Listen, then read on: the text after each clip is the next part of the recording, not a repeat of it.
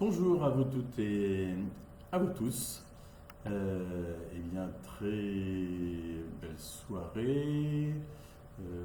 Voilà, le soir il fait nuit, donc parce qu'on est passé à l'heure d'hiver, et donc je dirais que faites attention à vous si vous faites du vélo, parce que effectivement dans les semaines qui suivent le changement d'horaire que les accidents de vélo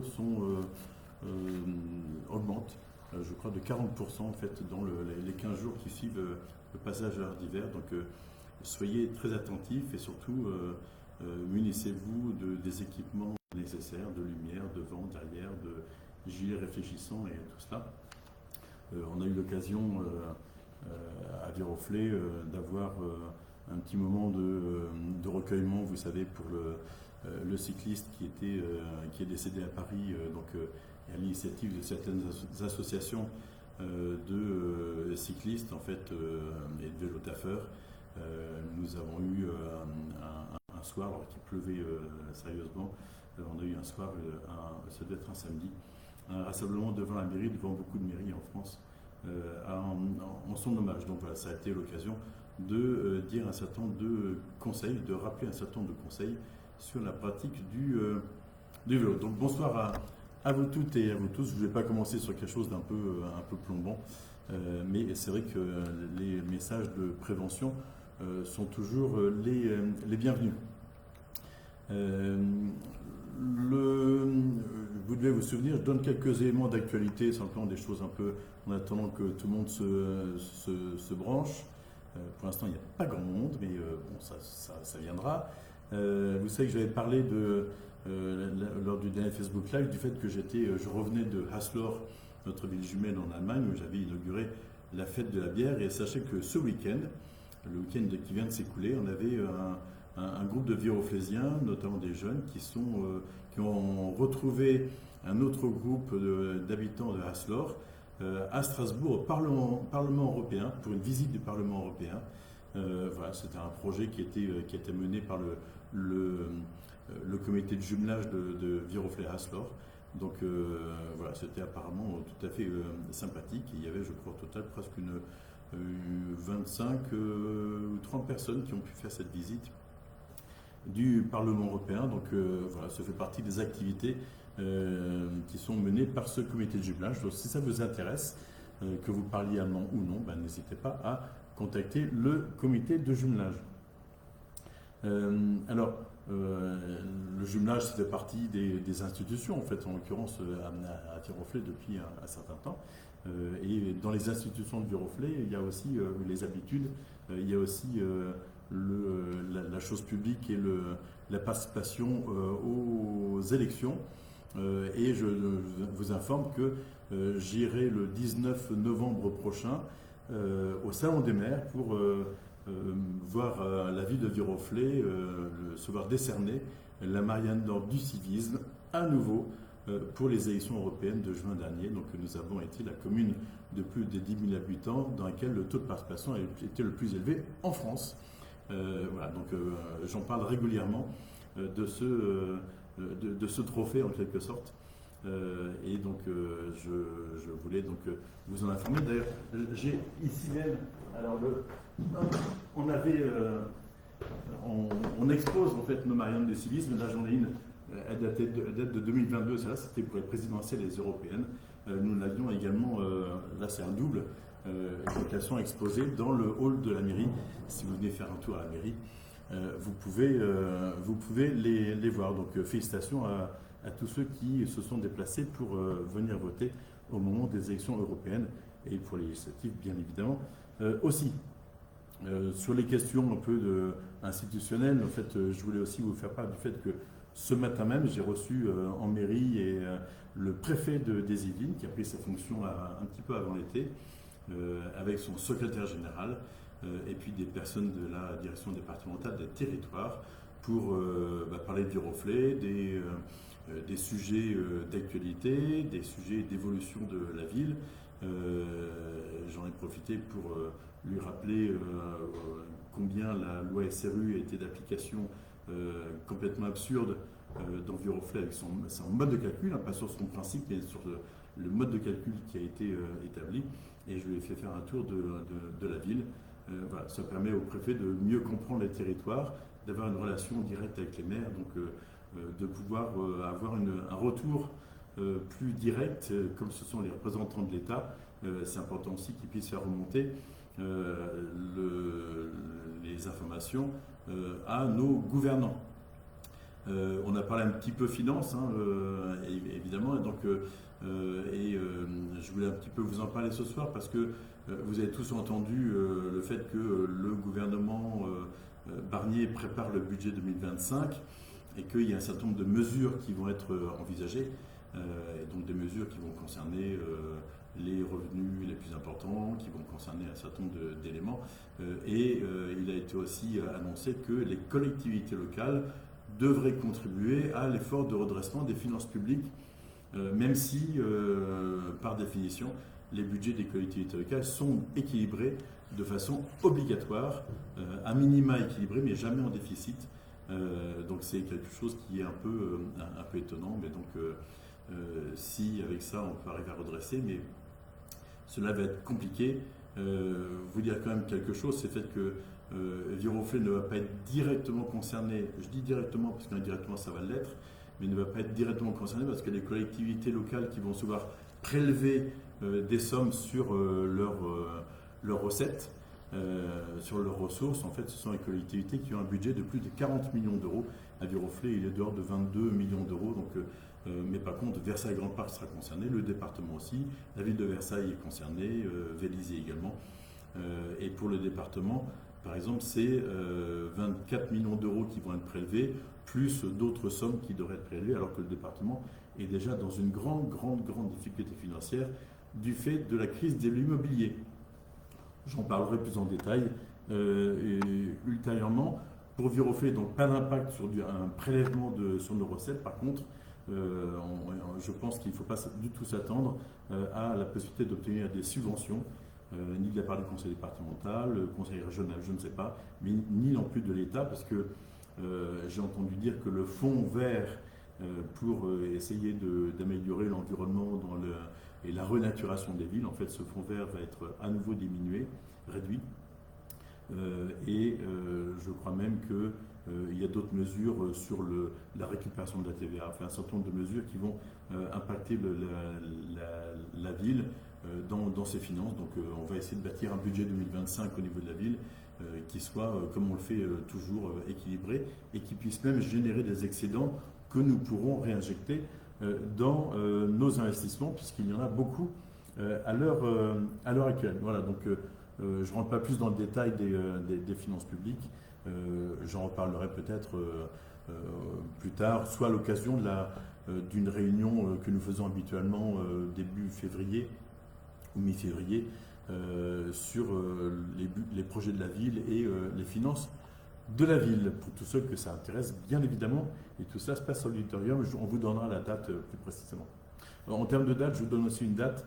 Les vœux, la cérémonie des vœux se déroulera cette année le lundi 13 janvier au soir. Donc, accueil à partir de 18h30 au gymnase Gaillon. Et pour un démarrage aux alentours de 19h, 19h10. Voilà, donc tous les Viroflaysiens ils sont invités et c'est l'occasion pour moi en fait de parler de l'année qui vient de s'écouler, mais également de l'année qui va venir, sachant que ça va être de plus en plus la boule de cristal pour savoir ce qui va advenir. Voilà, en tout cas nous allons faire en sorte de pouvoir faire que Viroflay make Viroflay great again. Yes, you know. Mais Viroflay n'a jamais cessé d'être great. Voilà. Donc, pour paraphraser un certain nouveau président de l'autre côté de l'Atlantique. Voilà, quelques nouvelles de ce qui se passe dans la ville en termes de travaux. Quelques-uns d'entre vous se sont émus, notamment sur les réseaux sociaux, de voir que sur le long de la forêt, sur la route du pavé de Meudon, il y avait eu, donc on a refait complètement cette enrobée, il y a eu des traçages aux marqueurs qui avaient été faits ou à la bombe qui avait été fait, Beaucoup s'en été émus, et moi-même, en fait, je m'en suis largement ému auprès de l'entreprise qui a fait ça. C'est une entreprise qui fait des réseaux de fibre optique entre un certain nombre de data centers. C'est un projet, semble-t-il, d'envergure nationale. Sans trop nous demander notre avis, en fait, ils ont fait ces marquages pour ensuite faire du génie civil, c'est-à-dire faire des belles tranchées dans nos enrobés et nos trottoirs tout neufs. Donc j'ai immédiatement arrêté les opérations de cette entreprise pour pouvoir discuter des modalités de ces différents travaux. Donc on a cherché à effacer les traçages au sol qui avaient été faits, mais en fait l'effaçage par des méthodes chimiques ou Karcher en fait sont pires que de laisser le marquage qui peut-être va s'effacer au fil du temps. Donc voilà, ça fait partie des sujets d'exaspération, d'agacement que je peux avoir et que les élus peuvent avoir en fait lorsqu'on voit qu'on fait des belles choses qui sont ensuite abîmées. Un petit exemple aussi, dans la rue Jeanret, entre la mairie et l'église Saint-Eustache, on a procédé vendredi dernier ou jeudi dernier au coulage d'une première couche d'enrobé, avant une deuxième ultérieurement. Et cette première couche, dans la nuit du jeudi au vendredi, a été taguée avec des dessins obscènes. Voilà, donc des personnes qui se sont crues tout à fait intelligentes pour dégrader ce qui avait été fait. Donc on a passé de la peinture noire dessus. Ça occupe les services techniques, mais c'est pas, voilà, c'est pas prévu. Et c'est un peu dommage. Il y a une chose aussi que vous avez peut-être remarqué, je sais, si vous n'avez pas remarqué, je vous le dis, comme ça vous pourrez jeter un œil, sont apparus dans la ville, ce qu'on avait annoncé, mais on avait annoncé qu'ils arriveraient prochainement, des panneaux pas très hauts, mais qui sont inscrits en vert pour indiquer des itinéraires cyclables pour rejoindre des grands pôles en fait, de Viroflay, et notamment vous pourrez voir à partir du centre-ville, à partir de la bibliothèque notamment, et de l'Écu de France, des itinéraires qui indiquent dans telle direction la mairie, dans telle autre direction la gare de Chailly-Vélizy. Et dans les points de départ de ces itinéraires, on donne la durée à vélo pour rejoindre ces points d'intérêt. Et ensuite, le tracé est balisé aux bons endroits pour guider les personnes à vélo. Donc tout ça est fait pour essayer d'inciter les Viroflaysiens à prendre des moyens de déplacement doux, le vélo à assistance électrique, en étant prudent bien évidemment. Et donc ce sont des panneaux, il y en a un qui a déjà été dégradé, qui a été vandalisé sur la rive droite, donc je ne sais pas si ça plaît à tout le monde, apparemment ça n'est pas le cas, mais voilà, c'est un sujet intéressant donc, qui avait été déjà annoncé. D'autres travaux qui se déroulent là, juste à côté de la mairie, les travaux du village. Donc, le village, la rue Rieussec, en tout cas entre la gare rive gauche et Saint-Eustache, ça prend vraiment forme. On a posé un certain nombre de potelets pour délimiter les places de stationnement, pour protéger des jardinières, on a mis des barrières aussi en fait pour essayer d'agrémenter l'ensemble du dispositif. Voilà, donc on a enlevé les anciens candélabres, on a mis des nouveaux candélabres. Et donc là, dans les prochaines semaines, donc d'ici le mois de décembre, on va faire des plantations. Donc les plantations avec des arbres qui vont arriver, et puis des plantations grimpantes qui vont ensuite à 3 ou 4 endroits au-dessus de la rue Sec, passer au-dessus de la rue pour essayer de faire des sortes d'arches végétalisées. J'espère que ça rendra l'effet que ça avait sur les dessins ou les simulations numériques. Donc tout ça va se faire dans les semaines à venir, et lorsqu'on aura pu libérer la rue Rieussec de ces différents éléments qui montrent que c'est encore un chantier, eh bien on remettra en service le contrôle du stationnement. Ce sera un stationnement donc 1 heure gratuit sur mise en place du disque de zone bleue. Donc, et donc 1 heure gratuite, ça devrait permettre à la plupart d'entre vous de pouvoir faire vos courses dans le marché, que ce soit aller chez l'opticien, aller dans le magasin de déco et de vêtements, de la boulangerie, et que sais-je. Donc c'est important en fait de pouvoir reprendre ce contrôle du stationnement pour faire en sorte que la rotation des véhicules soit assurée, tout cela au bénéfice des commerçants et à votre bénéfice bien évidemment. Nous avons aussi, là on aura peut-être le temps d'en reparler, mais je crois que ça se fait fin janvier 2025, nous allons installer 4 panneaux interactifs qui vont indiquer le nombre de places de stationnement qui restent sur le parking de Coste-Bellonte, de la rue Coste-Bellonte. Et donc 4 panneaux seront installés dans le village et en bas de l'avenue des Combattants notamment pour orienter ceux qui voudraient stationner un peu plus longtemps qu'une heure et donc les stationner sur un parking qui en journée possède un certain nombre de places disponibles et donc ce ne sera pas un problème de stationner dans le village ou à proximité du village. Mais par contre, on a mis des petits potelets pour éviter que les gens ne se stationnent n'importe comment, comme un certain nombre de personnes ont l'habitude de faire. Et nous avons aussi, je réponds à une question tout de suite, en fait, une question qui m'a été posée par, alors je ne sais pas comment on lit ça, STL Arras, qui demandait: est-il prévu de remettre le passage piéton au niveau de la gare rive gauche côté de tram? Vous voyez, lorsqu'on monte la rue Rieussec, juste avant de passer le pont, un petit peu avant de passer le pont, une fois qu'on a passé la rue Jean Mermoz et la rue Hippolyte Maz, effectivement, il y a un passage piéton qui va être mis en peinture.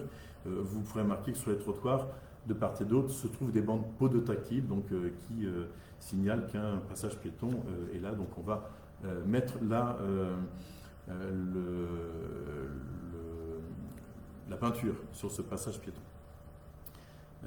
Alors je vois Sandrine Rollin, je prends les questions lorsqu'elles arrivent, donc j'en ai d'autres qui m'ont été envoyées depuis, mais la question: bonsoir, la sortie du petit parking du tennis de la Sablière est dangereuse car en voiture car la visibilité est très, très mauvaise et la traversée de la route pour les piétons également.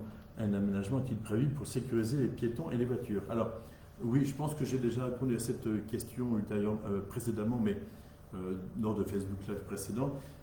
Mais en fait, nous avons le projet, mais pas si lointain que ça, de réaménager complètement le parking des tennis et la montée de l'avenue de Versailles, en fait, en venant de Porchefontaine jusqu'à la piscine. Tout cela, et ça me permettra de répondre aussi à une question qui m'a été posée par Marie-Line, tout cela pour à la fois faciliter la montée des cyclistes sur cette avenue de Versailles et pour venir soit dans le village, soit pour continuer vers Vélizy. Et en même temps, donc, on va retravailler notamment le carrefour de la place de la Fête pour que ce soit un carrefour un peu moins routier qu'il n'est actuellement. Donc tout ça permettant de rendre davantage visibles les voitures qui vont pouvoir stationner sur le parking, en rentrer, en sortir, et de la même façon, on va pouvoir faciliter le stationnement des personnes qui vont venir rendre visite à l'EHPAD. Donc le nombre de places de stationnement dans le quartier va être augmenté globalement. On ne va pas non plus en faire des centaines, hein, mais il va être augmenté globalement. Et évidemment seront pris en compte ces difficultés de visibilité que je comprends tout à fait, sachez-le, parce que ça m'arrive aussi de sortir de ce parking-là de façon régulière. Alors, vous avez une réponse.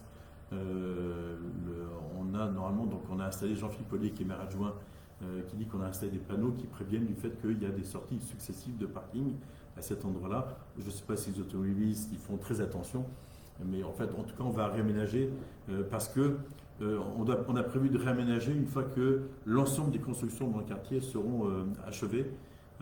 Et donc, les constructions en haut du parc de Bon Repos devraient être terminées d'ici quelques mois. Le bâtiment à côté de l'EHPAD a été livré, donc ce qu'on appelle les BRS, a été livré il y a peu de temps et il sera inauguré la semaine prochaine d'ailleurs. Et donc là aussi, en fait, on a retrouvé quelques places de stationnement dans le quartier. Donc tout ça va être réaménagé. On est encore en cours d'élaboration du projet pour essayer de faire quelque chose qui soit durable et surtout efficace. Voilà pour les questions. Donc j'ai répondu aussi à la question qui m'avait été posée en amont par Marilyn sur le fait que une piste cyclable, y a-t-il une piste cyclable qui sera aménagée en bas de l'avenue de Versailles? Donc effectivement, une piste cyclable sera aménagée dans ce cadre-là et celle-ci doit continuer. Je pense que je dis à chaque Facebook Live, doit continuer ensuite de la piscine vers le cimetière et vers la piste cyclable qui remonte vers Vélizy.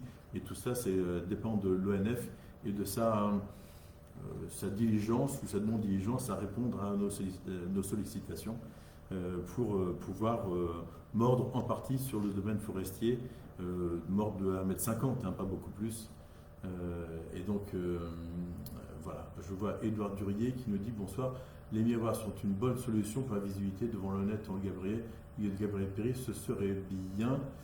Le problème des miroirs, c'est que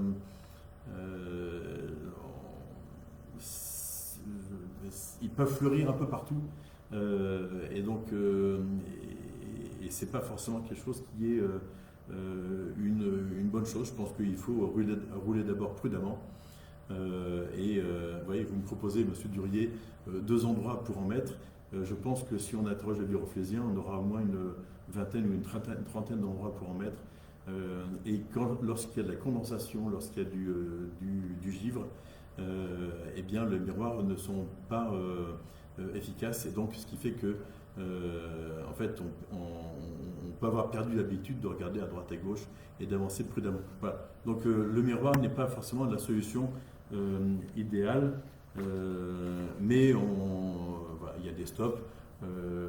L'angle Joseph Bertrand Préaubois, il y a un stop, hein, donc certes avec une petite épingle à cheveux, mais il y a un stop qui est suffisamment avancé pour permettre d'avoir un peu de visibilité. Je crois qu'on a dû enlever une ou deux places de stationnement pour avoir davantage de visibilité au niveau de ce carrefour. Voilà, donc merci Sandrine Rollin de vos remerciements. Je poursuis sur la question de travaux. Donc je vous ai parlé du village.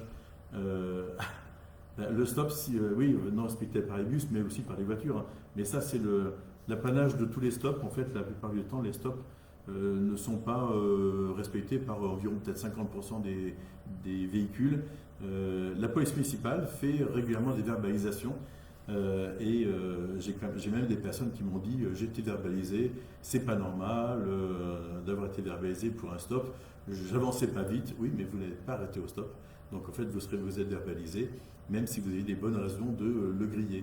Voilà. Et les bus, on fait régulièrement des rappels aux entreprises de bus pour qu'elles respectent et les limitations de vitesse et la signalisation routière, ce qui est quelque chose de compliqué. Ils ont déjà beaucoup de difficultés à recruter des chauffeurs. Voilà. Sur les autres sujets, si je reste dans le village parce que Isabelle Gun, qui habite pas très loin de la mairie, qui pose une question en disant y aurait-il une solution plus esthétique que les nouveaux poteaux installés sur les trottoirs de la rue Jean Rey, notamment sur la place de la Fontaine? Est-ce qu'on peut mettre des plots, des bacs à fleurs, ce genre de choses? Là, en l'occurrence, on avait dans le temps des bacs à fleurs, mais en fait, qui n'étaient pas forcément du meilleur effet. Donc, en fait, on a mis des potelets pour faire en sorte que les voitures ne se stationnent pas sur les trottoirs. Voilà, parce qu'à partir du moment où il n'y a pas de potelets, les voitures ont l'habitude de stationner sur le trottoir, donc ça c'est bien dommage. S'il n'y avait pas cette habitude, on ne le ferait pas. Et vous avez dû remarquer aussi que sur la place de la Fontaine, donc on a l'espace pour replanter un arbre qui sera un cerisier du Japon, et en végétalisant en fait son pourtour pour que ce soit plus agréable et plus fleuri. Et puis nous avons aussi positionné des sortes de, je ne veux pas dire des jardinières, mais des espaces le long de l'aumônerie et puis le long d'un garage qui se trouve un petit peu en allant vers la rue de la Ferme. Et là aussi, on va mettre de la végétation, mais qui ne sera pas en jardinière ou en pot extérieur, mais qui seront faites au niveau du sol et certainement plus agréables d'un point de vue esthétique. Donc voilà, les potelets, ce n'est pas toujours très esthétique, mais ils sont là pour faire en sorte que les piétons puissent être sécurisés sur leur cheminement sur les trottoirs. Voilà pour le village. Il y a un autre endroit en fait où on fait des travaux et des travaux qui vont un peu changer la physionomie de cet endroit. C'est du côté de la gare de Chaville-Vélizy et la gare routière de Chaville-Vélizy qui se trouve côté rue Arthur Petit. C'est une gare routière qui est entièrement imperméabilisée, c'est-à-dire avec de l'enrobé partout. Et donc nous avons décidé de nous en occuper. Ils sont moches. On a décidé de s'en occuper. Dans un premier temps, nous avons conclu une convention avec la SNCF, qui est propriétaire de ce terrain de la gare routière. Et la SNCF donc, nous a, dans cette convention, nous louons la gare routière, c'est quand même incroyable. Nous la louons, nous en assurons l'entretien et tout ce que nous allons faire comme travaux, c'est nous qui en supportons les frais. Sinon, de toute façon, la gare routière, la SNCF n'aurait rien fait. Et donc là, nous avons choisi de planter 9 arbres sur cette gare routière, 4 en plein milieu, donc au niveau des endroits où les voyageurs attendent, donc avec des pieds d'arbres bien vastes et qui pourront être végétalisés avec des fleurs ou des arbustes. Et puis côté entre la gare routière et la rue Arthur Petit pour créer une sorte de barrière en fait végétale et faire un peu îlot de fraîcheur. Nous allons en fait sur toute une bande planter des arbres, des arbustes et un peu plus bas sur un espace un peu plus étroit planter des bambous. À la fois ça aura l'avantage d'apporter de la végétalisation, d'apporter une possibilité d'infiltrer les eaux pluviales sur cet espace qui avant était en totalité minéralisé, et puis de pouvoir contribuer à un environnement plus serein et certainement un peu atténuer le bruit des bus qui stationnent sur cette gare routière, même s'ils ne font pas des arrêts de façon trop importante. Voilà, donc les plantations auront aussi lieu là en novembre ou décembre. Les arbres ont été choisis, me semble-t-il, donc voilà, il y aura une petite métamorphose de cette gare routière. On avait au départ un projet beaucoup plus vaste, mais qui au final devait coûter aux alentours d'1 million, 1,2 million. On s'est dit c'est pas le moment de dépenser autant d'argent, surtout que les subventions auraient été ridicules. Et donc en fait on a choisi une solution qui était un peu plus light, mais au moins qui rentrer dans les principes que j'évoquais tout à l'heure de désimperméabilisation, de végétalisation et d'îlots de fraîcheur. Donc voilà, les riverains, je pense, devraient être satisfaits. Oui, en parlant de ça, vous savez, il y a un parking à côté de la gare de Chaville-Vélizy, il y a un parking qu'on appelle le parking d'intérêt régional et qui est géré par EFIA, propriété de la SNCF. Et la SNCF m'avait envoyé je crois que c'était un permis de construire en fait pour réaménager l'intérieur du parking sans prévoir de place de stationnement en vélo supplémentaire. Or en fait il y a des décrets ou des choses comme ça qui existent pour obliger la SNCF ou les villes à installer des parkings à vélo sécurisés à l'abord des gares.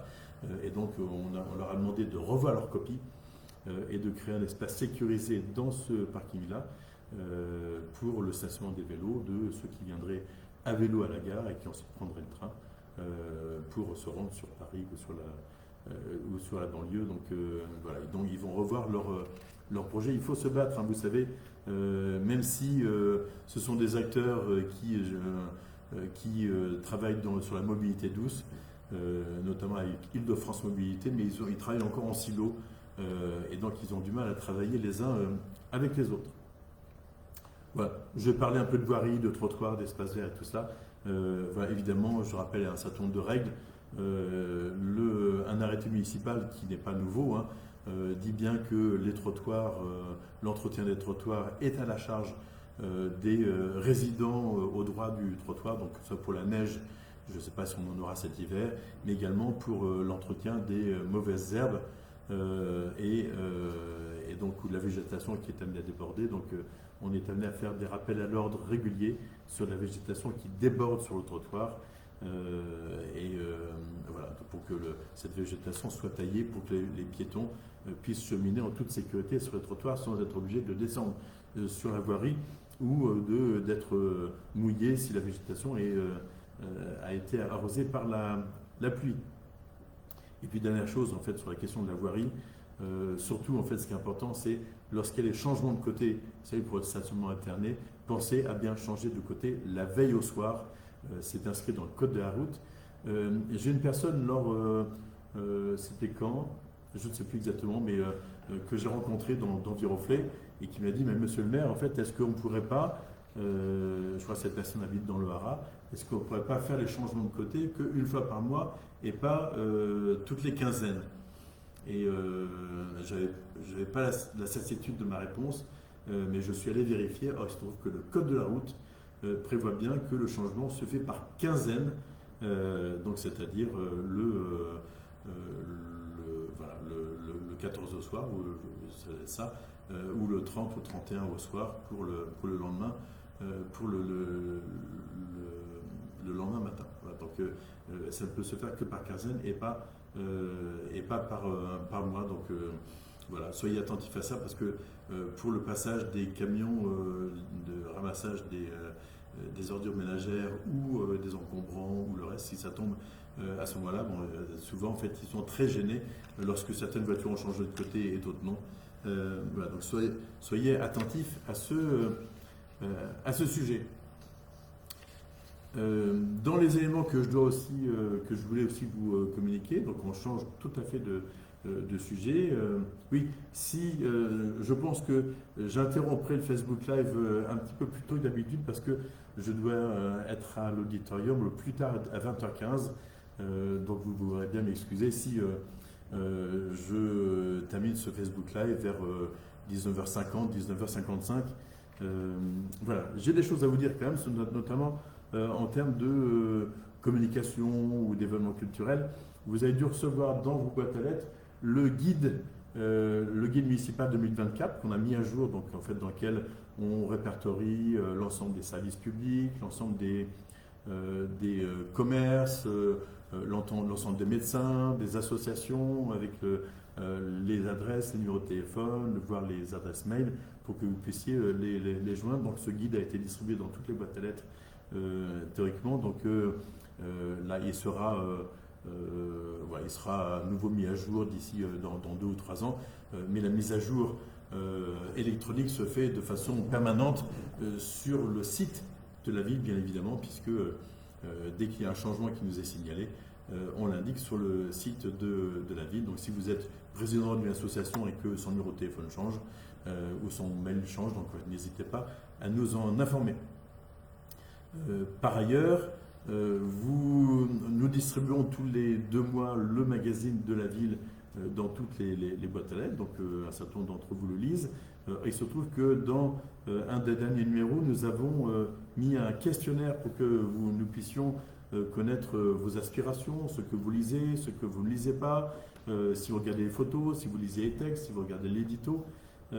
Et donc, on cherche à pouvoir améliorer l'information, la communication, notamment dans ce magazine. Donc, si vous pouvez répondre à ce court questionnaire, il est soit dans le magazine, donc vous pouvez répondre en format papier, soit il se trouve en ligne sur le site de la ville. Cette consultation s'arrêtera début décembre, donc vous avez encore un petit mois pour le faire. On n'a que 50 réponses pour l'instant, ça n'est pas beaucoup pour pouvoir en tirer des conclusions suffisamment probantes. Et notamment, on vous interroge pour savoir si ce magazine a un intérêt toujours en format papier ou si vous préféreriez qu'il soit uniquement numérique. Je sais qu'un certain nombre de personnes âgées ont répondu, dans les 50, ont répondu qu'ils préféraient que ce soit en format papier parce que c'est plus pratique pour elles-mêmes. Donc voilà. Donc répondez bien à cette consultation, c'est important pour que nous puissions modifier éventuellement nos façons de faire.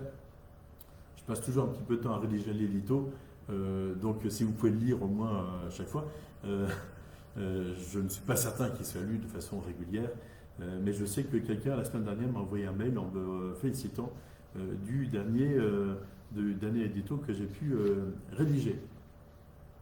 Sur le plan de la culture, Il y a un certain nombre de choses. On a fait le vernissage de l'exposition sur le Mexique à l'Écu de France. L'attaché culturel de l'ambassade du Mexique était présent. Il y a des très belles œuvres et des œuvres typiques du Mexique, même si ce ne sont pas des artistes résidant en France, mais ils sont tous mexicains.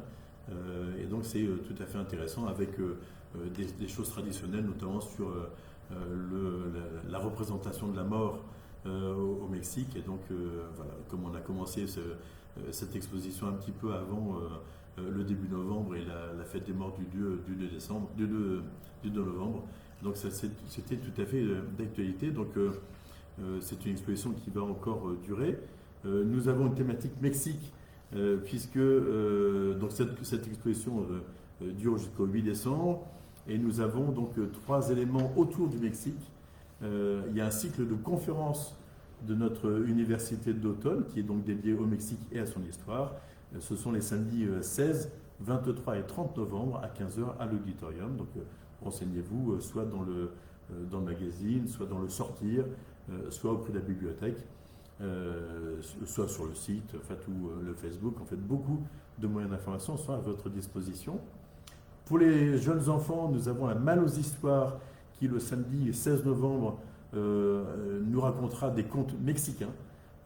Voilà, donc ça peut changer un peu des contes qui sont lus ou racontés durant dans cette Malle aux histoires, dans une des salles de la bibliothèque. Et puis enfin, le 23 novembre, nous aurons la nuit de la culture qui se passera à la bibliothèque et à la galerie à l'Écu de France, avec des programmes festifs, de la musique, des danses, des ateliers créatifs, des contes, des projections, des conférences, des jeux. Et bien évidemment, alors là, pour ceux qui aiment cela, ils seront ravis, des traditionnels mariachis et des piñatas. Voilà, donc ça se passera de 17h30 à 23h, c'est pas toute la nuit, mais si ça s'appelle la nuit de la culture, mais la nuit mexicaine, donc de 17h30 à 23h le samedi 23 novembre. Voilà, notez ça dans votre agenda, ça va être un moment tout à fait sympathique. Un spectacle tout public qui se déroulera le vendredi 13 septembre, voilà, un spectacle musical et joyeux, une mise en scène signée Virginie Lemoine, vous savez, celle qui était un peu le binôme de Laurent Gérard, me semble-t-il, à un moment donné sur une chaîne sur une radio française. Donc il faut réserver. Nos derniers spectacles ont tous fait complet, donc n'hésitez pas, il ne reste qu'une 50aine de places à ce jour pour le vendredi 13 novembre, donc c'est donc la semaine prochaine. Et puis le vendredi 29 novembre à 20h, nous avons, ça devient une habitude, ça devient traditionnel, la soirée des talents viroflésiens. Nous avons donc 5 personnes, je vais vous les citer, qui vont nous présenter un peu leurs différents talents divers et variés. Il y a notamment Mireille Germa, donc ils sont tous viroflésiens, donc pas de surprise. Mireille Germa qui écrit des livres et qui est poétesse. Bruno Sautron qui est médecin. Jean-Jacques Sarfati qui est philosophe, qui écrit aussi des livres. Jean-Yves Boivin qui est cinéaste. Et Agnès Kieffer qui est illustratrice. Donc voilà, une bonne soirée en perspective et avec des échanges avec ces différents talents viroflésiens. Donc venez aussi nombreux, ça se passera à l'auditorium. Nous n'avons que 200 places, donc soyez nombreux à y venir et j'espère que la salle sera bien remplie. Je passe maintenant sur les animations côté commerce. Avant, je bois un petit coup avant.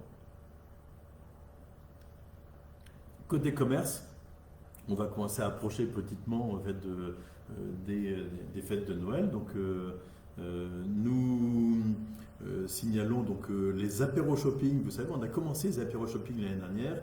Les apéros shopping se passent la plupart du temps pas loin des marchés de Viroflay. Et donc, ce sera les vendredis 6 et 13 décembre prochains.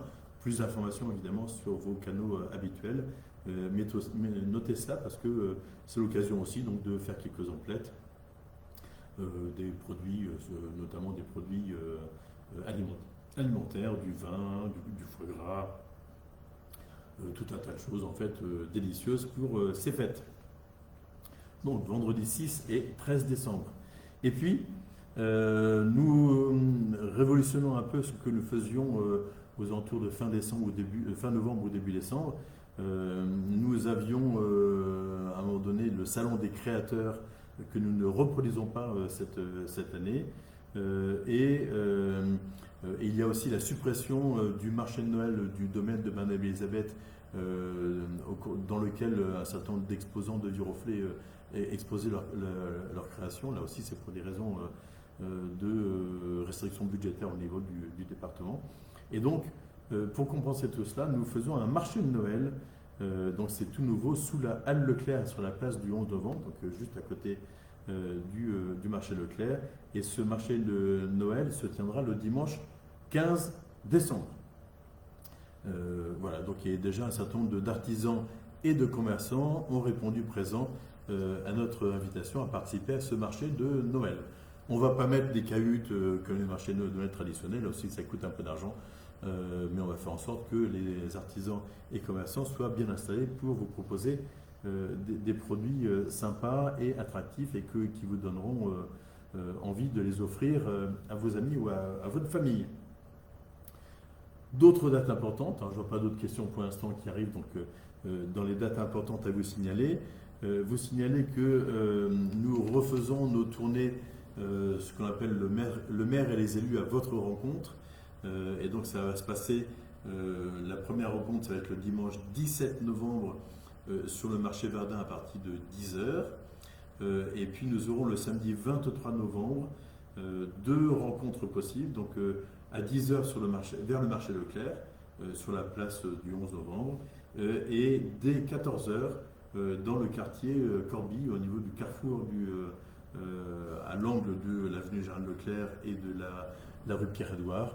Donc il y aura normalement un petit barnum qui permettra de voir où nous nous situons, donc ce qui permettra aussi de rencontrer les habitants du quartier et d'aller voir éventuellement des endroits, si vous avez des endroits à nous signaler dans le quartier. Donc je serai présent avec un certain nombre d'autres élus, soit du quartier, soit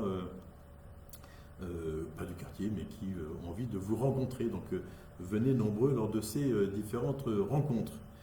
Et puis un autre rendez-vous traditionnel, et celui-là il est un peu plus proche, c'est donc lundi prochain, le 11 novembre.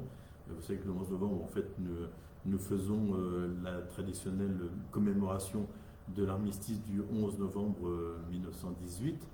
Donc cette cérémonie va se dérouler donc, le 11 novembre, évidemment, à 11h, mise en place à partir de 10h45. Et nous aurons une petite nouveauté, puisque une enseignante du collège a répondu à mon appel en disant, j'avais demandé si les enseignants étaient partants pour s'intégrer dans cette cérémonie et faire participer certains de leurs élèves. Eh bien, une professeure d'anglais a accepté, a rebondi sur mon invitation et donc sera présente avec des collégiens. Et donc voilà, si vous voulez savoir ce qui va se passer, venez le lundi 11 novembre un peu avant 11h. Et je vous donne je fais un petit teasing. Hop, ça vous dit quelque chose, ça? Eh bien voilà, il y en aura ce lundi 11 novembre. Voilà. Mais je n'en dis pas plus parce que c'est une surprise. Voilà sur ce que j'avais à vous dire aujourd'hui, sur ce que j'avais préparé, les questions que j'avais vues arriver en amont de ce Facebook Live.